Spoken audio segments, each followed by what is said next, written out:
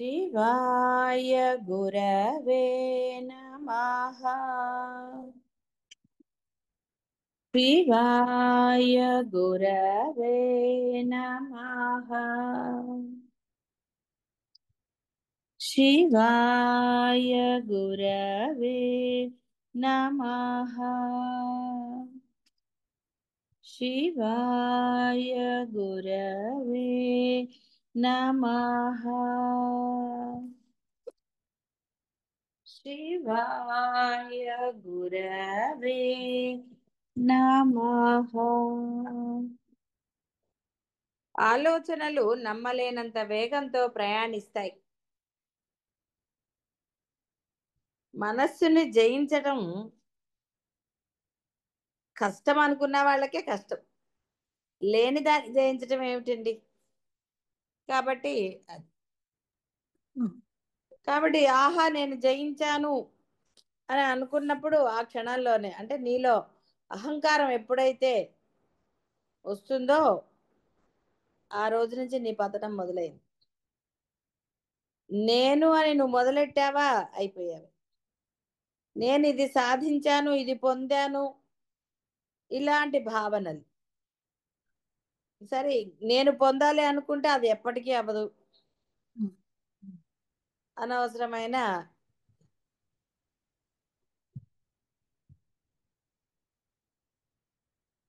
కాబట్టి శత్రువు యొక్క శక్తిని తెలుసుకుంటే జయించడం తేలిక అన్నారు. కాబట్టి మీ మనస్సు యొక్క శక్తి మీకు తెలియదా? అబ్బో, ఎందుకు తెలీదు? తెలియనట్టుగా యాక్షన్లు ఉంటాయి. ఎంత చేసినా ఈ మనసు వింటలేదండి. మనసు ఎవరిదండి? మీదేగా. అది అన్న విడిగా ఉందా? అప్పుడు రెండు వేయచ్చు కదా.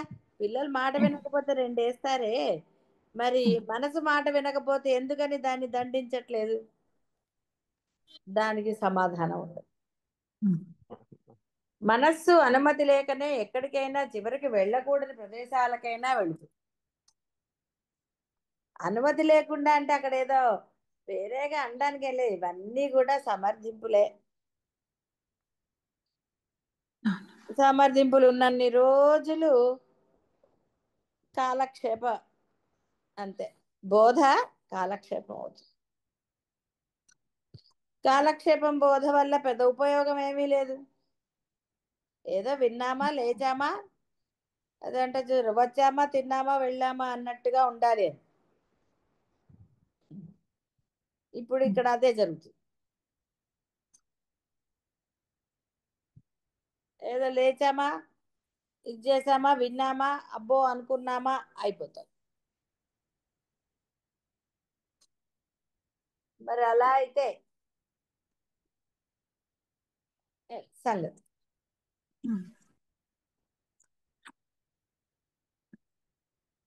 అంతలేని కష్టాలను కలగజేస్తుంది ఈ మనస్సు. కాబట్టి ప్రథమ శత్రువు మీ మనస్సే. మీకు వేరే శత్రువులు ఎవరు లేరు. బాహ్యంలో మీకు ఎప్పుడు ఏ విఘ్నాలు కలగవు. మీకు మీరే శత్రువులు. ఇక్కడ మనస్సు అంటే ఇంకోటని కాదు, ఒట్టిగా చెప్పారంతే. మీకు మీరే ప్రథమ శత్రువులు. అన్ని శత్రువులు మీరే. కల్పించబడేవన్నీ మీ నుంచే. ఎవ్వరూ మిమ్మల్ని ఏది చేయరు. కేవలం మీ ఆలోచన, మీ మనస్సు.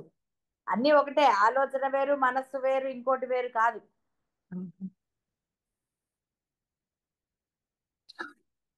కాబట్టి ఆ విధంగా మనస్సు గురించో పక్క వాళ్ళ గురించో అసలు దేని గురించి చెప్పినా,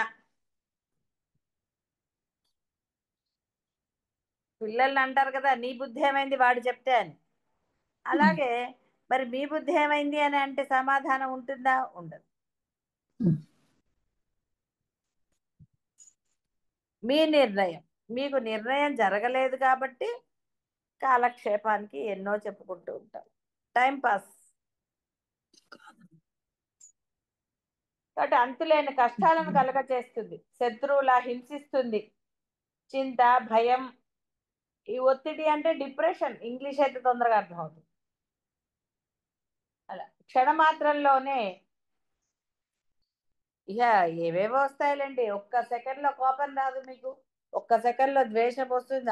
అసలు ఇక ఏమొస్తాయంటే ఏం చెప్తామంటే దానికి ఒక క్రోధం అని పేరు పెట్టారు.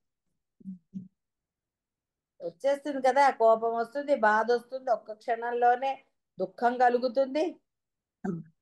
ఎన్నైనా కలుగుతాయండి. కలిగించుకుంటే ఎన్నైనా కలుగుతాయి, కలిగించుకోకపోతే ఏది కలగదు. అది అసలు నువ్వు అనుకుంటే బాధ, అనుకోకపోతే బాధ ఎక్కడి నుంచి వచ్చిందండి? ఏమీ రాదు, ఎప్పటికీ రాదు. అన్ని నీవే. నీ ఆలోచన అనండి, ఇంకోటి అనండి, ఏదైనా సరే నీవే అవి. అదే అంతే, ఓవర్ యాక్షన్. అంతే కదా, ఇంకా ఓవర్ యాక్షన్ కాకపోతే ఏముందండి? సందేహం ఎందుకు ఓవర్ యాక్షన్కి? ఆలోచించినప్పుడు, ఇష్టమైనప్పుడు ఆలోచిస్తారండి. ఏదో కొంతమంది ఆలోచిస్తారు, మిగతా వాళ్ళు దట్ నేను అనుకున్నాను ఇది చేసేయాల్సిందే అంట.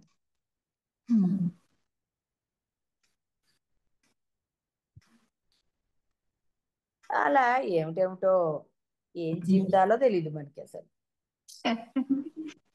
లేచామా, తిన్నామా, పడుకున్నామాతో అయిపోతుంది వినేసాం. బోధ పొద్దున పూట ఉంది కాబట్టి లేస్తున్నారండి, లేకపోతే లేస్తారా? ప్రశ్నే లేదు అసలు. ఎంత బద్ధకం వచ్చేస్తుందో. ఏదో బాగుండదు, గురువు గారు కోపడతారేమో తెలిస్తే, ఏమిటి అంటారేమో అని లేస్తున్నారు. స్నానం చేయకుండా ప్రవచనం వినొచ్చు అంటే అసలు సగం మంది స్నానమే చేయరు. శుచి శుభ్రత అన్నారు కాబట్టి ఏదో, లేకపోతే ఏంటి అసలు కదా. ఏమిటో ఏంటోనండి అలా జరిగిపోతుంది. ఏదో అది చేద్దాం అనుకుంటాను అది అవ్వదు, ఏది ఇది అనుకుంటాను ఇది అవ్వదు.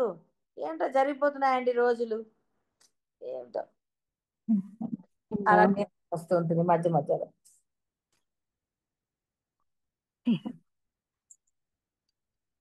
నియంత్రణలోకి రావడానికి ఆ మనస్సు ఇష్టపడదు అంటే అర్థము విడిగా చెప్పక్కర్లే కదా. మీరు దాన్ని చేయకుండా పిల్లవాడికి మంచి చెప్పకుండా వాడు వింటలేదండి, వాళ్ళు అంతేనండి అంటారు. నువ్వు అసలు చెప్పవలసిన విధంగా చెప్పావా? సామవేద దాన దండోపాయాలు అన్నారు, నువ్వు అసలు అవన్నీ వాడేవా? ఆ పోనీలు ఎందుకు చేస్తే చేశాడు, ఎన్నాళ్ళు చేస్తాడంటే కాబట్టి నీకు అది లేదు, కంట్రోల్లో పెట్టలేదు కాబట్టి అది కంట్రోల్లో. ఏదైనా అంతేనండి, మనస్సు ఏముంది, ఏవైనా అంతే. మీరు దాన్ని ఇది చేస్తే అది మీ మాట వింటుంది, చేయనప్పుడు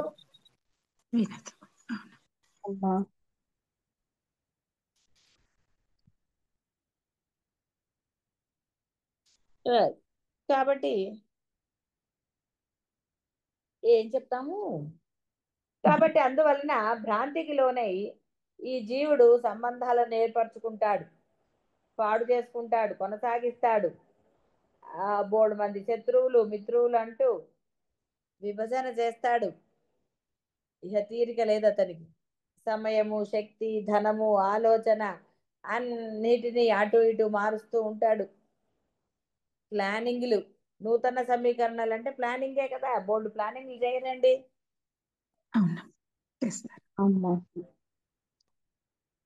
అలా ఏవేవో అనుకుంటూ ఉంటారు. అనుకోవటం ఎందుకండి, అనుకున్నావు చేసేయి. చేయించబడితే లేతే లేదు. నీకు అనుమానం వచ్చింది, తెలిసిన వాళ్ళని అడుగు, సలహా తీసుకో, పని అయిపోయింది. దానికి అసలు ఎన్ని వేస్తారండి అసలు చెప్పండి. బోల్డ్ ఏమిటి ఏమిటి ఏమిటి ఏమిటి ఏమిటి ఆ ఏమిటికి ఎప్పటికీ అంతు లేదు. ఇది పోతే ఇంకోటి, అది పోతే ఇంకోటి, ఏమిటో ప్రాబ్లం. కాబట్టి శక్తి, ధనము అన్నిటినీ వేస్ట్ చేస్తారు. వేస్ట్ చేసి నీరసం వచ్చి పక్కన కూర్చుంటారు. ఏం చేస్తాను చెప్పండి. శక్తిని ఎవరు వృధా చేసుకోమన్నారండి? అనవసరమైన పనులు చేసే శక్తి వృధా అవ్వకుండా ఎలా ఉంటుంది? వృధా అవుతుంది. అవుతుంది. ఎవరు హ్మ్. చేయమన్నారు నిన్ను మరి? ఎవరు అనలేదే నువ్వు ఈ పని హ్మ్. చెయ్యని. లేదా? అన్నప్పుడు ఏమిటి బాధ? హ్మ్. కల్పించుకుంటారు. కల్పించుకుని నీరసం వస్తుంది. అమ్మా ఎవరు అన్నారు అంటే అది బాధ. హ్మ్. అదే రోజువారైనా ఇంట్లో అయినా సరే అనవసరమైన పనులు చేసుకోకండి. ఎందుకు? ఏది అవసరమో అది చెయ్యండి. అంతే. అంతే. మిగతావి చేయటం ఎందుకు? ఎవరి హ్మ్. కోసం అండి మిగతా పనులు? అమ్మా ఎవరి కోసం?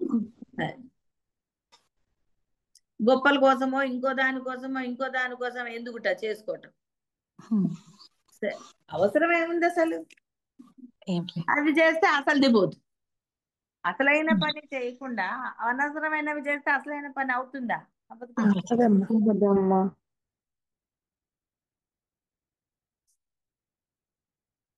పోట్లాడటం, బ్రతిమలాడటం, అతకటం, ఒప్పించటం, తగాదాలు, నిందించటం వంటి వ్యర్థమైన విషయాలతో వృధా చేస్తారు కాలాన్ని, శక్తి.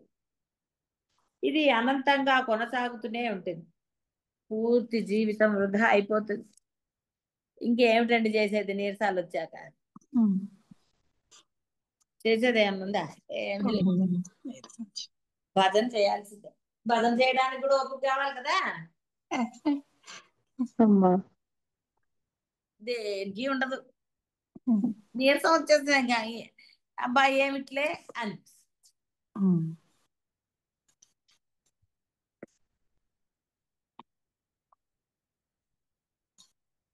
స్వస్వరూప అజ్ఞానమే ఈ మిథ్యా అభిప్రాయాలకు, ప్రవృత్తులకు కారణం. అందరికీ సర్వసామాన్యం. అందుచేతనే అందరూ భ్రాంతికి లోనై మూఢులవుతారు. సత్పురుషుల ప్రబోధాలతో కొంతమంది మారతారు, కానీ అధిక సంఖ్యాకులు పూర్వపు ఆలోచన విధానాన్ని, జీవన శైలిని మార్చుకోరు. వారు చదువుకున్న మూర్ఖులు లేక విశేష మూఢులు. బాగుంది బాగుంది. అవును. విశేష మూఢులు అనబడతారు. ఎంత బాగుందండి పేరు. అమ్మా సూపర్ గా ఉంది. చదువుకున్న మూర్ఖులు, విశేష మూఢులు. సూపర్ అండి. ఎందుకంటే వాళ్ళు పూర్వపు ఆలోచన విధానాన్ని కానీ వాళ్ళ అభిప్రాయాలను కానీ అసలు ఏది మార్చుకోరు కదా. హ్మ్. మీకు తెలిసిందే. ఇప్పుడు మీలో ఎంతమంది వీళ్ళు ఉన్నారో చూసుకోండి. పాపం మూర్ఖులు అంటే తిట్టినట్టుంది కానీ విశేష మూఢులు అంటే చాలా బాగుంది కదండి. కాస్త అమ్మా అర్థం తెలియని వాళ్ళైతే ఏదో గొప్ప పేరు అనుకుంటారు. అదే సినిమాల్లో చూపిస్తారు చూడండి, హిందీలో బేవకూఫ్ అంటే వాడు అదేదో మెచ్చుకోవటం అనుకుంటాడు. హ్మ్. అమ్మా అట్లా ఇప్పుడు తెలుగు తెలియదు అనుకోండి, కొంతమందికి తెలుగు తెలియని వాళ్ళు ఉంటారు. హ్మ్. మూర్ఖము అంటే మామూలుగా వింటారు కాబట్టి అది అర్థం అవుతుందేమో తిట్టని. ఈ విశేష మూఢులు అనేది బాగుంది. అంటే మూఢత్వం లేదు కదా. అంటే మూఢత్వం లేదు కదా అంటే మూఢ అనే శబ్దానికి అర్థం తెలుసు. ఇప్పుడు హ్మ్. తెలియని వాళ్ళు ఎవరో ఉండే ఉంటారు సత్సంగాలు. అమ్మా వాళ్ళు ఏమనుకుంటారంటే విశేష మూఢులు అంటే ఏదో బిరుదు ఇచ్చారు అనుకుంటారు. హ్మ్. ఇది బాగుంది. చక్కగా బియ్యం అనుకుందాం. యూఆర్ విఎం అందా, అదేదో సినిమాల్లో మీరు సీఎం అని ఏదో అంటూ ఉంటుంది. హ్మ్. వెర్రిబా ఏదో దాని విపినా ఏదో అలా. విశేష మూఢులు ఎంత బాగుంది. అంటే మీ యొక్క ఆలోచనలను కానివ్వండి, మీ ప్రవర్తన కానివ్వండి, ఏది అంటే ఏది మార్చుకోవాలి మీరు. హ్మ్. వాళ్ళు మీ అలాంటి వాళ్ళందరూ వీపీలే. విఎమ్ములు మర్చిపోయారు, వీపీ కాదు, విశేష మూఢులే. అమ్మా బాగుంది బాగుంది. రేపటి నుంచి ఈ వర్డ్ వాడుకుందాం. విఎం అందాం. తెలియని వాళ్ళకి మీరు చెప్పొచ్చు, మీరు విఎమ్మా అమ్మా ఏదో హ్మ్. ఏబి అనుకుందాం. విఎమ్మా ఏబినా. ఏబి అంటే అహం బ్రహ్మాస్మి. బాగుంది కదా. చక్కగా షార్ట్ ఫామ్స్ మంచిగా యూజ్ ఇప్పుడు హ్మ్. అనుకుందాం. హ్మ్. మార్చుకుని కాస్త అడ్జస్ట్ అయ్యి ఆలోచన రహితంగా ఉండగలిగిన వాళ్ళు ఏబికి దగ్గరలో ఉంటారు. హ్మ్. పెద్దవాళ్ళకి ఏం లేదు. కానీ విఎంలే పాపం కష్టం కదండి. అమ్మా అవును. తెలివైన వాడు తన మనస్సును జయించి అందరితో సామరస్యంగా జీవిస్తాడు. సమస్తమైన భేదభావాలను వదిలి అందరిలో ఒకే ఆత్మతత్వాన్ని దర్శిస్తాడు. ఇదే శంకర్లు కూడా బోధించారు.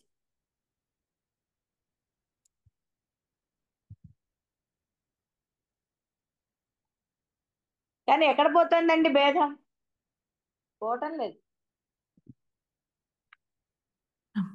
ఇంకా ఏదో భేదం. మనుషుల మీద ద్వేషం, వస్తువుల మీద ఇష్టం, ఇంకా ఇంకా ఇంకా ఇంకా ఇలా రకరకాలు. ఇది అదని ఏం చెప్తాను చెప్పండి, ఒక్కొక్కళ్ళది ఒక్కొక్క రకం. శుభం పోయారు.